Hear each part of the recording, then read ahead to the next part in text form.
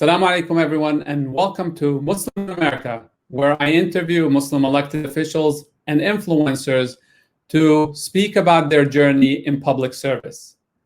After that, you compare what you're doing to what they have accomplished and see what is it going to take for you to get where they are.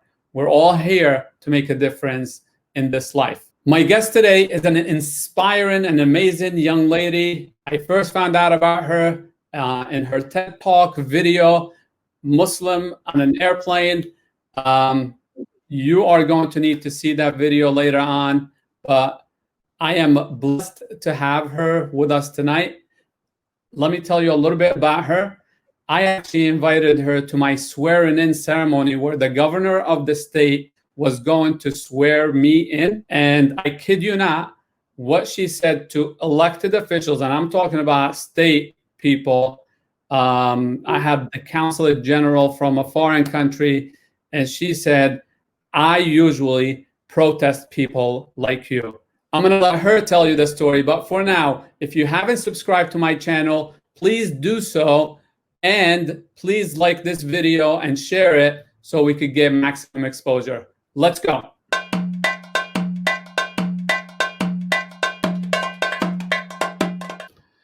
All right, brothers and sisters, we are here with Amal Kassir, the phenomenal young lady. I think after you hear her, you're going to agree and you're going to want to hear from her, and you want to invite her to your area to inspire you and inspire others. Welcome, Amal. Thank you very much for being on the show.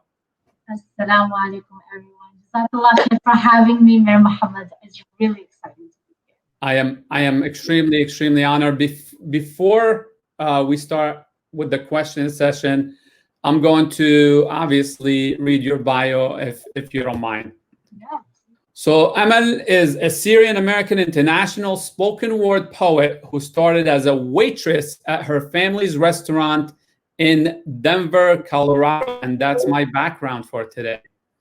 She has performed and taught in 12 countries and cities all over, in venues ranging from orphanages to refugee camps to youth prisons to universities and churches. Her work is heavily influenced by the war in Syria, her experience as the other in the United States, and the plight of the oppressed all over the world. She designed her own undergraduate major titled Community Programming in Social Psychology, where she has been able to create programs for the range of cause and people. She envisions a world of accessibility and literacy for everyone, and all her efforts work towards this vision. She's working on her first book, Scud Missile Blues, about Syria, due for print by the end of this year, inshallah. Again, welcome, Amal, and thank you for accepting my invitation. What did I not say about you? What's between the lines? Can you tell us a little more about you? How did you get into the field of spoken word? So I am the daughter of a Syrian man and German-Iowan convert to Islam. In other words, a white mom.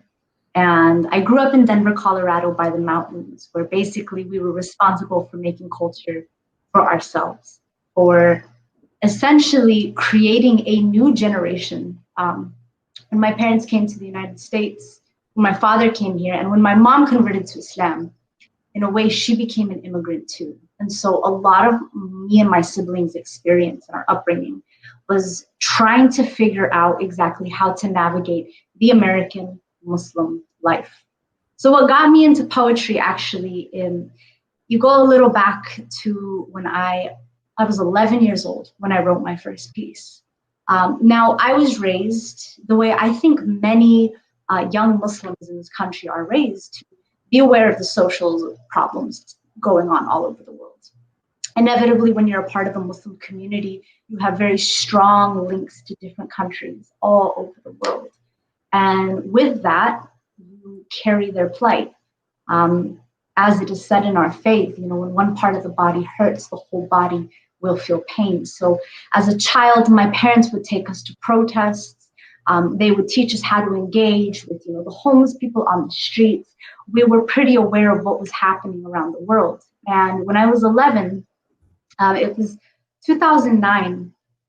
I think maybe my numbers are off here, but in 2009, there was an operation by Israel against Gaza, pretty much the annual bombing that took place. And there were two sides of the street, right?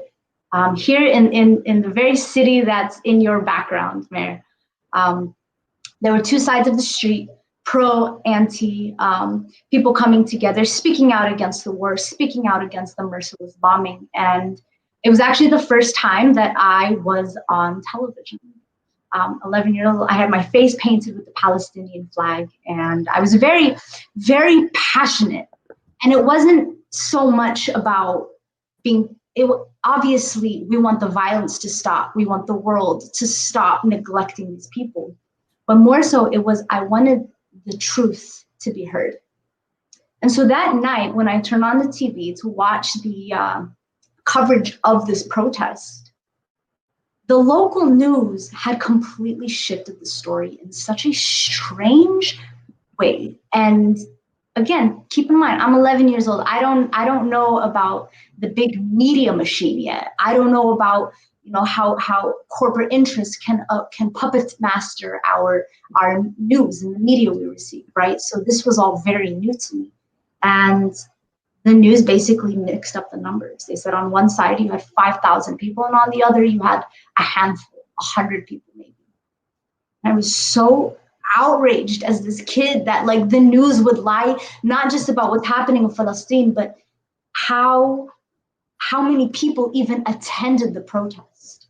So I wrote my first piece, and then that kind of unraveled into competing and jumping into the world that I'm in today. I feel like that was such a long answer to your question. No, but it's definitely an important answer, because the point we're trying to make here is there's always got to be a point of start. You are an international performer, obviously, but it doesn't start. You're not born an international performer, right? There's got to be a starting point. So I think sharing the story of how you started. And then to the following question, so how did you break into the national and international stage in terms of the spoken word poetry? So I had originally entered the world of spoken word when I was a freshman in high school, 14. And when I wrote that piece at 11 that I referenced, I did not know what spoken word was. To me, it was a speech. But then as I started kind of studying my own work, I realized, wait, this is poetry, this thing called slam poetry. So they had a competition at my school for a slam poetry event. The first year I got third place. The next year, following year, I competed again, and I won first place at my school, which allowed me to compete for Colorado for the entire state. And I managed to make the team. And it was 2012 at the Brave New Voices International Youth Poetry Competition, and I was with Team Denver. I was the only Muslim on the team, the only hijabi on final stage, and I want to say I was one of the first hijabis on the final stage, from what young Muslim poets have told me, right? And the significance of the performance that day was the fact that alongside Ashlyn Damers, she was off stage performing with me. Her voice was alongside. We talked about Syria, and it was one of the first mainstream art pieces that came out at the beginning of the Syrian revolution. So this video, it went viral. I would honestly attribute it going viral to the fact that my father emailed it to 700 people. How Baba has 700 people on his email list? Ask any Arab Baba. I'm sure you have that many, right? A lot of love. And Baba emailed it to everybody, So Allahu Alam, if my dad didn't really deliver it all over, who knows if it would have been discovered. But that was the start of Amal the poet, before the TED Talk. The TED Talk came a few years later, but it was this final stage poetry competition that had entered me into the scene. And that is when, you know, you have like medics in Syria sending me Facebook messages being like, you know, we saw your video, Jazakallah khair, may Allah bless you. And it was, the video hit and it reached people all over. So that's when people started inviting me across America. And then a few years later, I was invited to speak in Lebanon. And then that same year, I was invited to speak in Singapore, in Malaysia, in Spain. In Spain, it wasn't even a Muslim community that invited me. It was people who loved the message of humanity that Syria essentially unfolded. So, alhamdulillah, it was putting content out there and then that content going into the mainstream just through the internet, through Tumblr and things like that. It was in Allah's hands. I did not plan for this, and I didn't know. I wanted to be an artist when I was a kid. Then when I was 7, I realized I didn't really have a natural talent for art. So I held a funeral for my notebook. It was very tragic and very dramatic, but writing was never the intention. And subhanAllah, I really feel like it's one of those things that I have to use because I have it.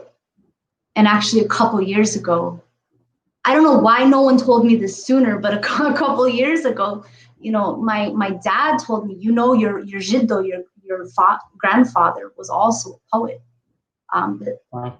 Yeah, so subhanAllah, it's like this was something inherited. It was something that came from those who were before me. So that's the story. Amazing. So your spoken word takes you to the TED Talk stage. It's been 3 years now, and I believe it's about 4.6 million views. That's just on TED Talk's official YouTube channel, not let alone all the, you know, the copies that are shown all over the world. I listened to it again today, and it made me very emotional, even though I've listened to it a long time ago, and it's truly inspirational. But I don't want people jumping there right now, right away. Hold on, let's finish the interview, then you could go and watch it. It's called The Muslim on the Airplane, and there's a lot of wisdom in it. And every time I listen to it, I learn something new, you know, something that I really didn't listen to deeply enough to learn a lesson from it, but there's always something that we learn from it. So did the Muslim on the Airplane have anything to do with the continuous growth with Amal Kassir, or did Amal Kassir was established prior to that show? I definitely do think that the TED Talk made it so it wasn't just my poetry, but it was my message. TED Talk gave the platform for the message. And so to tell you, I was not invited to speak at TED Talk. And that's a very, very important part of my story, because a lot of people, a lot of prestigious speakers, they're invited. But for me, I saw an ad on my Facebook for TEDx Mile High. And I auditioned just like everybody else, you know. But for me, that I did not expect the TED Talk to have taken off the way it did, not at all. But I think it really did give me sort of a title that was bigger than just a poet, if that makes sense. And the poet who I was, that's where I started. My Instagram name is Amal the Poet. You know, that's how they know me. That's what people, when they remember me, they refer to me as. But definitely the TED Talk changed the game. The TED Talk made it so that people who weren't interested in poetry or the Syrian revolution or Muslims performing now finally had access to some of these ideas that I was saying. You did the TED Talk. You're a spoken word artist. What do you think in terms of whether it's spoken word or any forms of art? How important are they for us to explain to the American public who we truly are. You know, and I know you talk a lot about identity in that show. So why is it important for some of us to take the artistic way to let people know more about Muslims? And it has two sides to it. There's two answers. The benefit of spoken word and art in general, and expression in general, it benefits the one who's making the art and also the one who's receiving the art. First, let's talk about the one receiving the art, the people in the world who are now exposed to our message. They have the opportunity to hear a story that the media will never deliver authentically. Never. Even putting hijabis in 17 magazine, there is still an element of control over the Muslim narrative that these institutions have. So when you deliver art, you are delivering the most authentic, pure version of your story, and you're leaving as much out as you want and including as much in it as you want. And there's a lot of power in that. And for a lot of people who hear these stories, I mean, I have performed in many, many cities, and a lot of these cities are like small towns in the south of the United States, right? Where people would come up to me and to be straight up like, you are the first Muslim I have ever met. Wow. I mean, that's huge. That's huge. The only time they've ever heard about Muslims is, you know, on Fox or even CNN. You know, some weird, deluded, like, either where the story doesn't belong to us. Now, part two of the benefit of the art, we have a very amazing gift as human beings. And I'm going to go to Islamic tradition here real quick.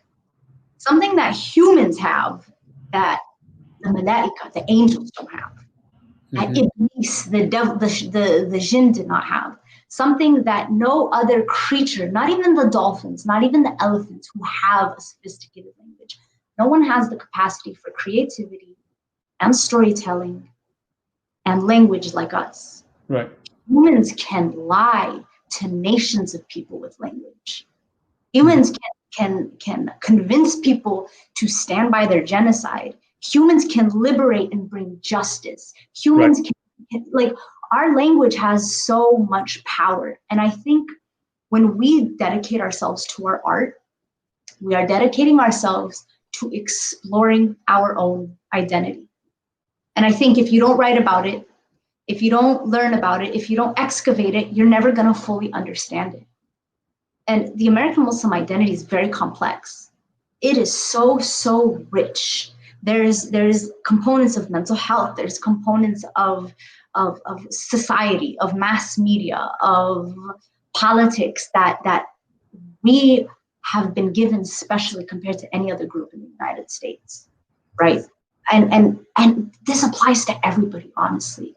Telling your story will give you power. Studies have shown this.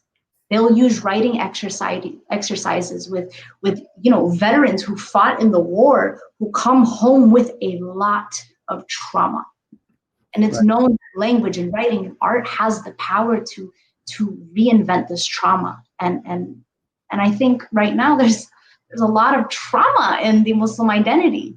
Absolutely. You know? So we have to anchor ourselves through language. And I think I encourage everyone, if you're not making art, connect with it in some capacity or another, because this is the evidence that we have been here and we have survived. Art is powerful, art is defiant, and art is historically revolutionary. Very true. Amazing. So as I mentioned in my opening remarks, I was, very excited to host you at my swearing in. And my jaw almost dropped when you made the following statement. The governor was sitting there, counselor general was sitting there, state elected officials, county elected officials. We had a room full of almost 500 people. And you said, I usually protest people like you. I'm like, oh my God. So talk to me about that. Talk about that protest aspect of things and politics, and why then did you decide to come into a political function? I came into a political function because a Syrian Muslim man named Muhammad was getting sworn in to the American political system. For me, for me, it was so impactful. For me, as a young kid in America, trying to find faith in something.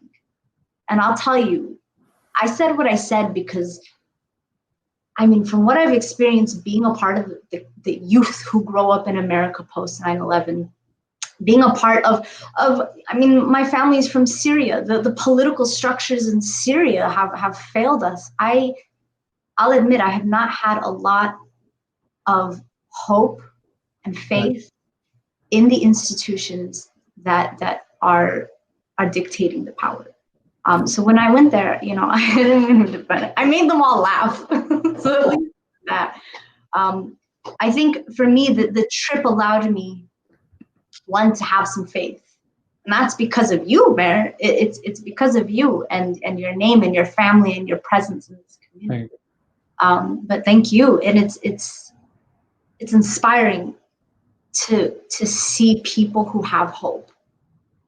And I think the worst thing that we can do sometimes is only surround ourselves with people like us, you know, and people who don't have a bigger vision. Because I definitely am known as you know, the kid in Denver who, you know, started a protest at the airport and I would you know, stop in class and just sit in, you know, doing these rebellious things. So I never was always received with that welcoming and that warmth from those political figures. But I wasn't. A big round of applause. And that's because I think they witnessed what it meant for us as Muslims in the room. Maybe I think people witnessed something powerful, right? And how something that we share can bring the most unexpected people into the same room as each other. Would you ever consider running for political office? You know, my dad asks me all the time. My dad said, I promise I would vote for you, Amal. And that means a lot. That's like incentive to. But as far as me running for political office, number one, I would need some serious mentorship. I feel like what I have seen in some of the other members of my cohort is sometimes when you go into political office, you kind of negotiate some of your values, you know, and I feel like the only way I could do it is if I had a strong spiritual foundation and I actually knew that my presence could make a change. Okay. So that's maybe. that's a maybe. I'm moving to it. Looking for a mentor. I got you. All right. So in your TED Talk, you speak about your hijab, how it identifies you. You speak about how people identify each other and sometimes give them names based on stereotypes. So with your hijab, you travel around the world. How do you deal with the different reactions toward you and your visible identity? I like this question because I feel like wearing hijab is something that Muslims do that is so distinct from most of the other cultures that are in the mainstream. And I think hijab, it teaches me a lot about people, because there are different ways that people will approach it. It will be with curiosity. I've had people walk up to me and be like, you're white. How are you wearing that thing? And what's going on here? And then you get to explain, you know, oh, my mom's a convert. My dad, you know, you get to show what the world looks like now. You get greeted with my favorite. Wallahi, this is my favorite part of hijab. One of my favorites. I'm in Spain with my brother for a performance, and no one there speaks our language. In fact, they speak Catalan. They don't even speak Spanish. So whatever broken Spanish I have didn't work. But we got into a taxi and the taxi driver said, Salamu alaikum. And all of a sudden we were able to communicate on the basis of that. I'm in Trinidad and Tobago. I'm performing at a youth prison, a boys' prison. All of the, all kinds of people are in there. And after the performance, a young man comes up to me and says, Salamu alaikum. I'm on an airplane, or I'm in a grocery store, or I'm in like Kentucky walking through some teeny tiny little airport. And someone will say, Salaam alaikum. And this is so powerful because this makes it so that the Muslim can vocalize their expression of Islam and so that I can receive this expression. I love it. That's my favorite thing, is that Muslims will be able to identify me and you make friends when you have nothing else in common except for the peace be upon you on your lips. But of course, you're going to have the hostility. You're going to have the aggression. You're going to have the get that rag off your head, go back to your country. You're going to have that ugly part. And we all know that says a whole lot more about the person saying it than the one who's receiving it, right? Absolutely. Yeah, I think the only time I have ever really, really been afraid with my scarf on, I want to say I was in Ohio. And I had road tripped, actually. It was about a 6-hour drive from where I was staying in Knoxville. So I drove there. And it was like close to Maghrib time. I was supposed to arrive before Maghrib time. And there are Confederate flags on the houses on my way to my destination. I'd never seen a Confederate flag except for in a textbook. And this was out on people's houses in this particular area. And, big red truck and a scary white guy looking at me because I'm wearing a scarf. That's it. I'm not afraid about anything. And even then, Allah subhanahu wa ta'ala is with you. You know what I mean?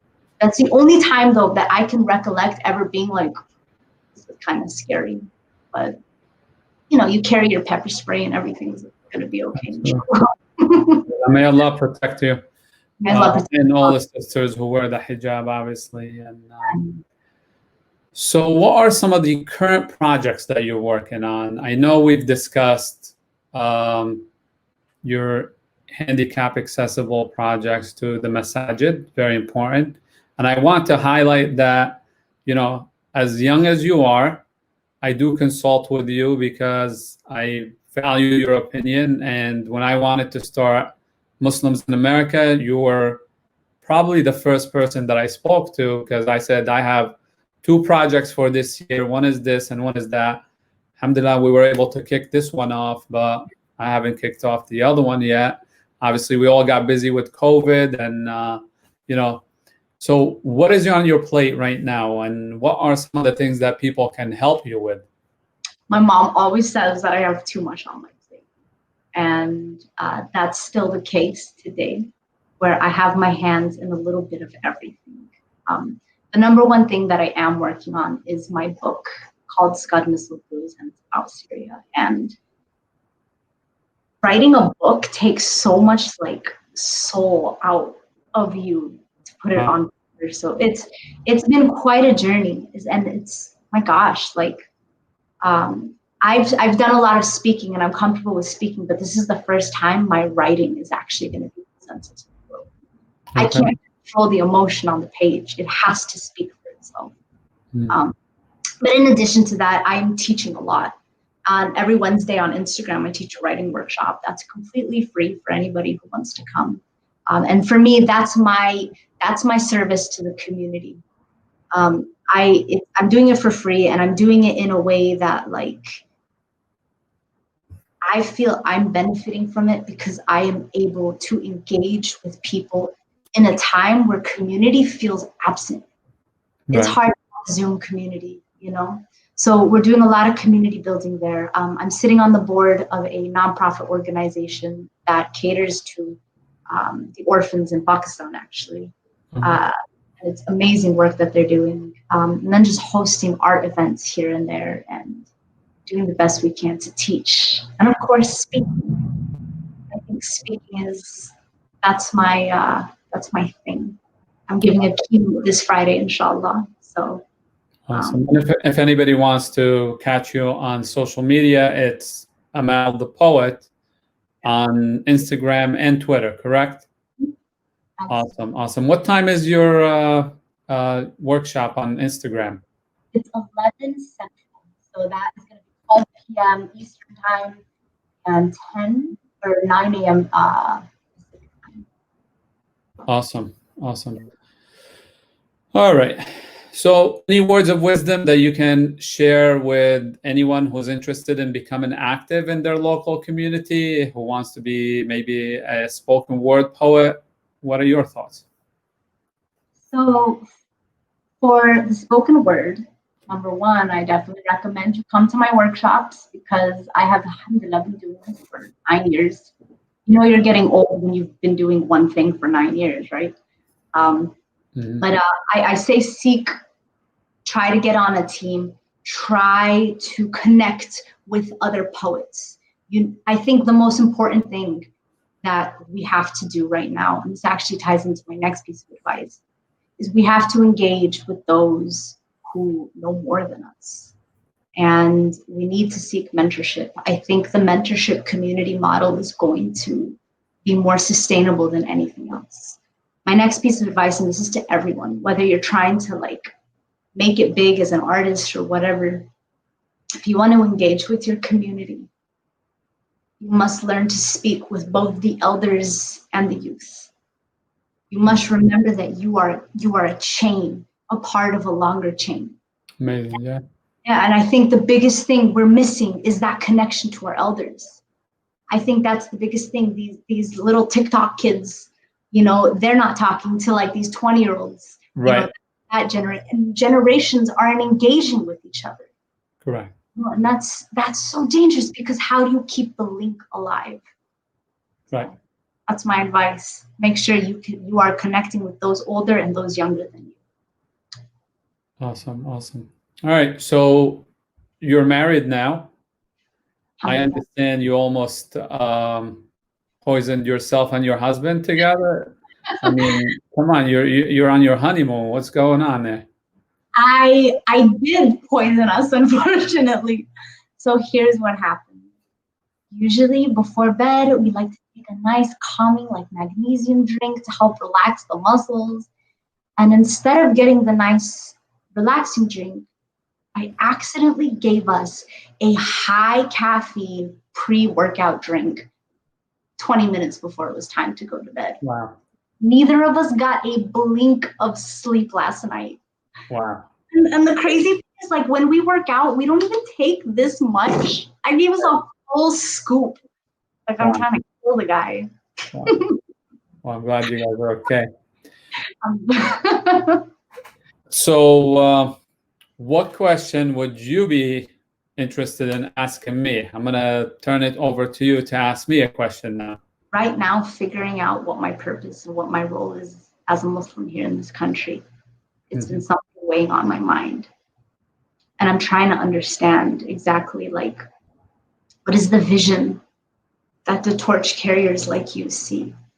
What do we need to do? What is our part in this country? What kind of legacy do we need to leave behind? Well, you know what?